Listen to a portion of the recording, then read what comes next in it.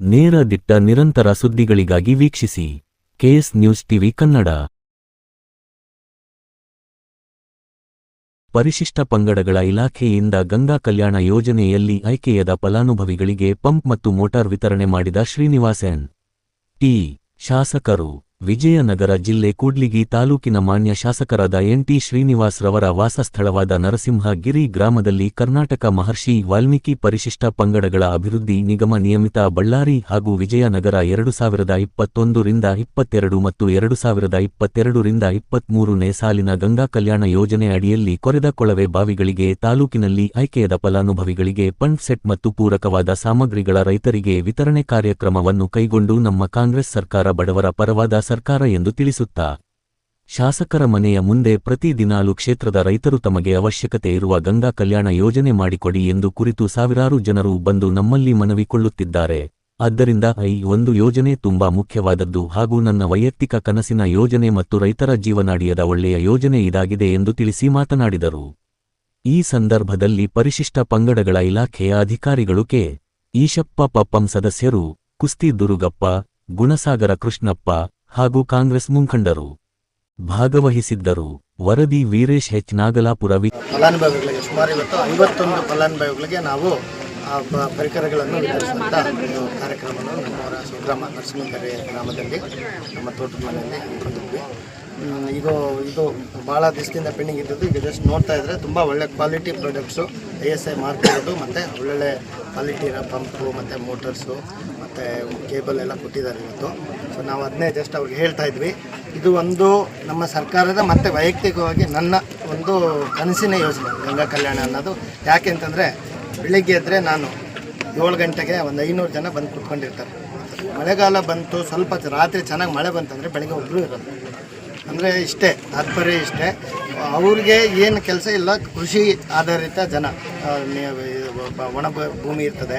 So ಕೃಷಿ ಆಧಾರಿತ ಸುಮಾರು 1,10,000 ಎಕರೆ ನಮ್ಮ ತಾಲೂಕಿನಲ್ಲಿ ಕೃಷಿ ಭೂಮಿ ಇದೆ. ಅದರಲ್ಲಿ ಕೇವಲ 6,500ದಿಂದ 7,000 ಎಕರೆ ಮಾತ್ರ ನೀರಾವರಿ ಇದೆ. ಅದು ಪಂಪ್ಸೆಟ್ ಆಧಾರಿತ ನೀರಾವರಿ ಇದೆ. ಸೊ ಇನ್ನು ಭಾಳ ನಾವು ಒಣಭೂಮಿ ಇದೆ. ಸೊ ಅದರಿಂದ ಭಾಳ ಜನ ಈ ಸಣ್ಣ ಹಿಡುವಳಿದಾರರು, ಸಣ್ಣ ರೈತರು ಏನಿದ್ದಾರೆ ಭಾಳ ಬೇಡಿಕೆ ಇರೋಂಥ. ನನಗೆ ಯಾವಾಗ ಫೋನ್ ಮಾಡಿದ್ರು, ಯಾವಾಗ ಸಿಕ್ಕರೂ ರೈತರು ಕೇಳೋದಿದೆ, ನಮಗೊಂದು ಗಂಗಾ ಕಲ್ಯಾಣ ಕೊಡಿಸಿ, ನಮಗೊಂದು ಗಂಗಾ ಕಲ್ಯಾಣ ಕೊಡಿಸಿ ಅಂತ. ಸೊ ಇದು ನನಗೆ ನನ್ನ ಮನಸ್ಸಿಗೆ ಭಾಳ ಹತ್ತಿರವಾದಂಥ ಯೋಜನೆ.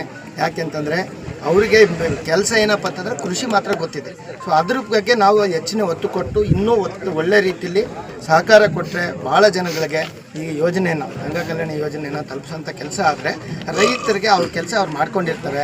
ಸೊ ನಮಗೆ ಒತ್ತಡ ಸ್ವಲ್ಪ ಕಡಿಮೆ ಆಗಿ ಅವರು ಜೀವನ ಮಟ್ಟ ಸುಧಾರಣೆ ಆಗ್ತದೆ. ಅದಕ್ಕೋಸ್ಕರ ಅದೇ ಹೇಳ್ತೀನಿ, ಟೆಂಡರ್ ಪ್ರೊಸೆಸ್ ಆಗಿರ್ಬೋದು, ಫಲಾನುಭವಿಗಳ ಆಯ್ಕೆ ಆಗಿರ್ಬೋದು. ನಾನು ಮತ್ತೆ ತುಂಬ ಸ್ಪಷ್ಟವಾಗಿ ಹೇಳಿದೆ, ಫಲಾನುಭವಿಗಳ ಆಯ್ಕೆಯಲ್ಲಿ ನಮ್ಮ ಅವಧಿಯಲ್ಲಿ ಯಾವುದೇ ರೀತಿ ಗೊಂದಲ ಮತ್ತು ಅವ್ಯವಹಾರಕ್ಕೆ, ಭ್ರಷ್ಟಾಚಾರಕ್ಕೆ, ದಲ್ಲಾಳಿಗಳಿಗೆ, ಬ್ರೋಕರ್ಸ್ಗೆ ಅವಕಾಶ ಇರೋದಿಲ್ಲ. ಆಯಿತಾ? ಸ್ಪಷ್ಟವಾಗಿ ನಾವೇ ಖುದ್ದಾಗಿ ಒಳ್ಳೊಳ್ಳೆ ಫಲಾನುಭವಿಗಳ, ಅರ್ಹ ಫಲಾನುಭವಿಗಳನ್ನ, ಬಡವರನ್ನ, ಯಾರು ಮುಖಂಡರನ್ನ, ಯಾರು ಇದಂತರನ್ನ, ಯಾರು ನಕಲಿ ಹೆಸರುಗಳು, ನಕಲಿ ಇದ್ರದ್ದು ಸೃಷ್ಟಿ ಮಾಡೋಂಥವ್ರನ್ನ ಯಾರಿಗೂ ಅವಕಾಶ ಕೊಡೋದಿಲ್ಲ. ನೇರವಾಗಿ ಬಡವರಿಗೆ ಉಚಿತವಾಗಿ ಈ ಗಂಗಾ ಕಲ್ಯಾಣ ಯೋಜನೆಯನ್ನು ತಲುಪಿಸೋಂಥ ಕೆಲಸ ನಾವು ಖಂಡಿತ ಮಾಡಿ ಇನ್ನೂ ಹೆಚ್ಚಿನ ರೀತಿಯಲ್ಲಿ. ಈಗ ಸಣ್ಣ ನೀರಾವರಿ ಇಲಾಖೆಯಿಂದ ಇತಿಹಾಸದಲ್ಲೇ ಯಾವತ್ತೂ ಕೊಡೋದಂಥದ್ದೇ. ಮೊನ್ನೆ ಹೋದ ವರ್ಷ 24-25ನೇ ಸಾಲಿನಲ್ಲಿ 80 ಲಕ್ಷ TSP, 50 ಲಕ್ಷ SCP ಅನುದಾನದಲ್ಲಿ ಸುಮಾರು 20 ಜನಕ್ಕೆ TSPಲಿ, ಸುಮಾರು 12 ಜನಕ್ಕೆ SCPಲಿ ಇವತ್ತು ಆಗಲೇ ಕೇವಲ 1.5 ತಿಂಗಳಲ್ಲಿ ಟೆಂಡರ್ ಆಗಿ ಬೋರೆಲ್ಲ ಕೊರೆಸಿ ಆಗಲೇ ಪಂಪು ಮೀಟ್ರ್ ಕೊಡೋಂಥ ಕೆಲಸ ಮಾಡಿದ್ದೀವಿ. ಈ ವರ್ಷವೂ ಇನ್ನೂ ಹೆಚ್ಚಿನ ರೀತಿ ಅನುದಾನ ಸಣ್ಣ ನೀರಾವರಿ ಇಲಾಖೆಯಿಂದ ಗಂಗಾ ಕಲ್ಯಾಣಕ್ಕೆ ಬರ್ತಾ ಇದೆ. ಅದೇ ರೀತಿ ಈಗ 23, 24, 25ನೇ ಸಾಲಿನ ಗಂಗಾ ಕಲ್ಯಾಣ ಯೋಜನೆಗಳು ಈಗ ಟೆಂಡರ್ ಪ್ರೊಸೆಸ್ಸಲ್ಲಿದೆ.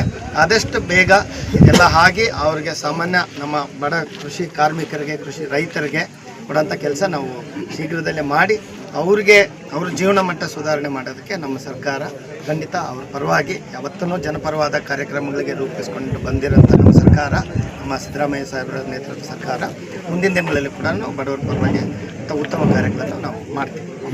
ಒಟ್ಟು ಟೋಟಲ್ ಎಷ್ಟು? 51 ಜನ ಫಲಾನುಭವಿಗಳಿಗೆ. ಇನ್ನೂ 40 ಜನ, ಇನ್ನೂ 40 ಈ ಸ್ಕೀಮಲ್ಲಿ ಇನ್ನೂ 40 ಜನ ಕೊಡೋದಿದೆ. ಎಷ್ಟು ದಿವಸ ಆಗ್ತದೆ ಅದು?